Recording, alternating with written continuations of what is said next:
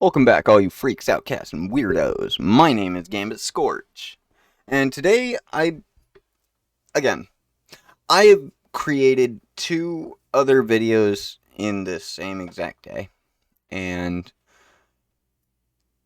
this video is going to be another wild card, per se. This one's going to be about the concept that all of us are always in a social experiment. All of the time. Never assume you're not.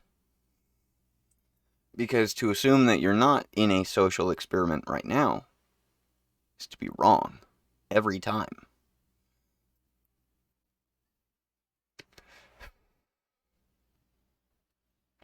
Because the thing is, social experiments are simply observations of societal norms and the people that, well, carry out those societal norms.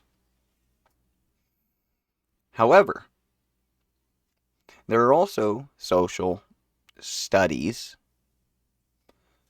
on those who don't follow societal norms. Everybody is always in some sort of social experiment. All of us. And it's not inherently bad, because ultimately the more data we have on each other, the more data we can use to better ourselves.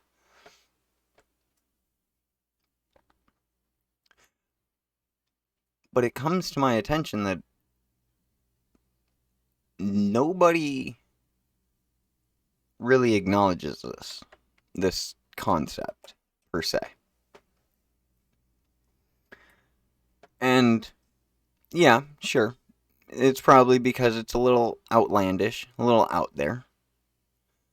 But when you're always being perceived by others, you're always under their social experiment, because they're always trying to do something to get some sort of reaction out of you, whether it be a good reaction or a bad reaction. But even when they're not trying to get a reaction out of you, and more so they're trying to figure out what they're saying or trying to portray across to the other person.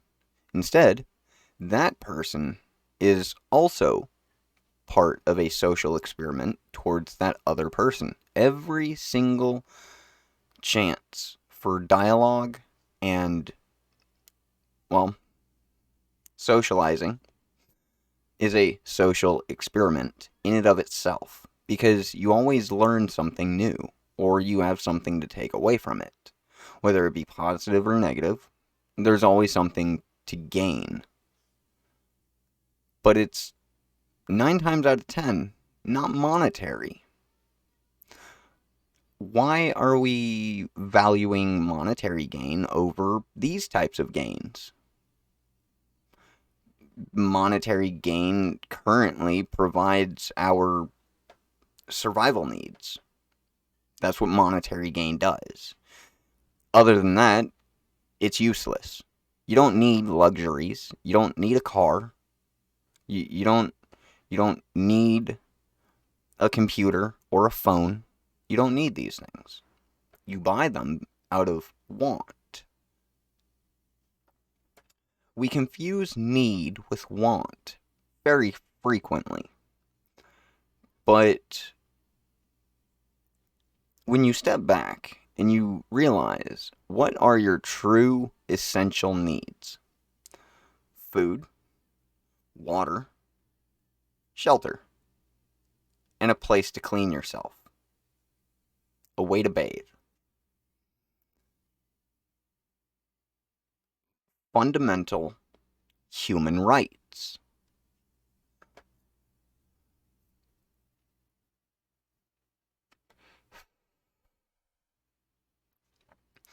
But we value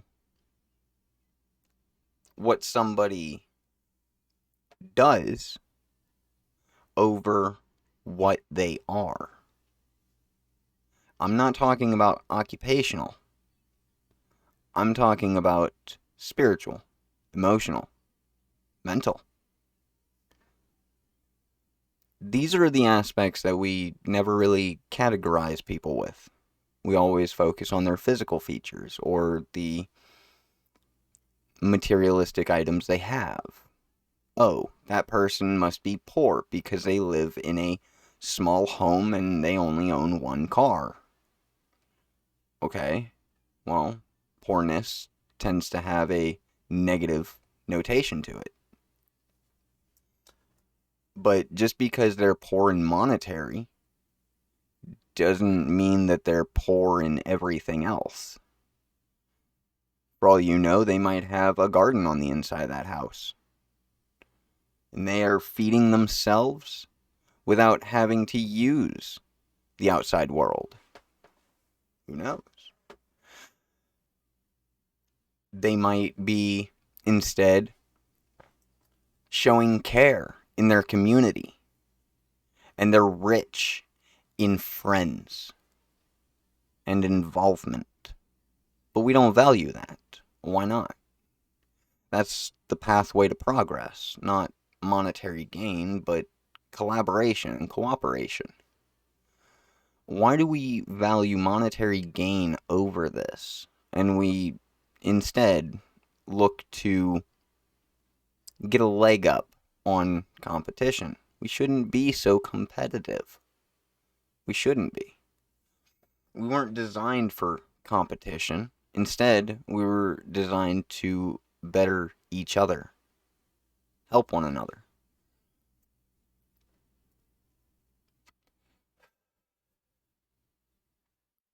But society currently doesn't reward any of this.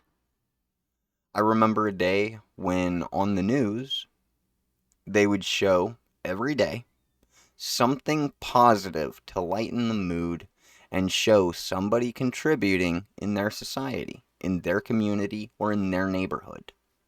They would always show somebody doing something positive for other people and asking nothing in return.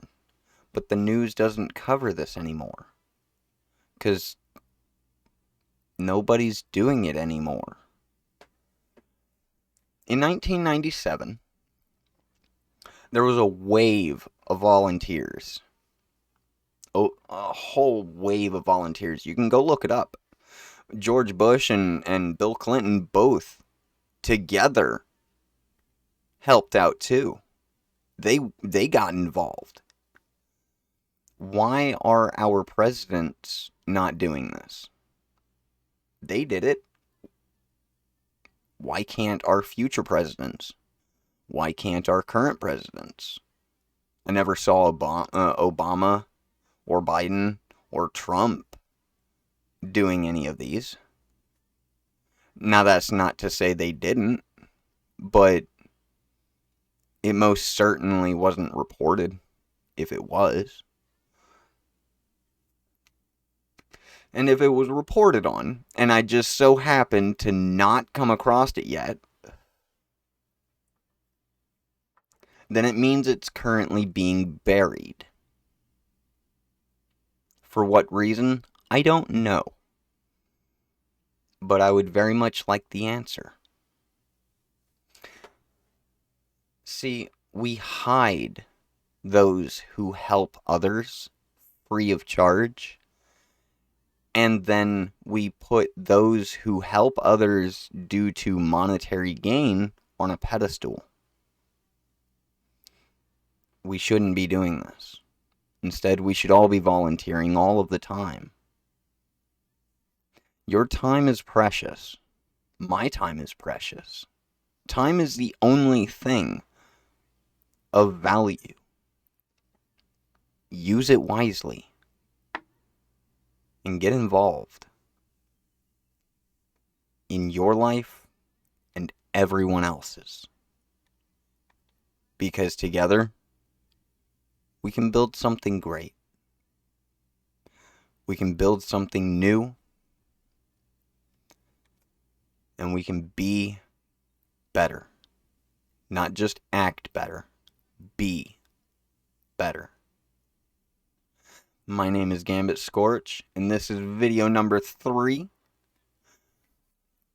of today, and I might add another to this list. I might add another today. I don't know. Who knows? But my name is Gambit Scorch, and all of you have been lovely, and I will catch all of you in the next one. Bye-bye.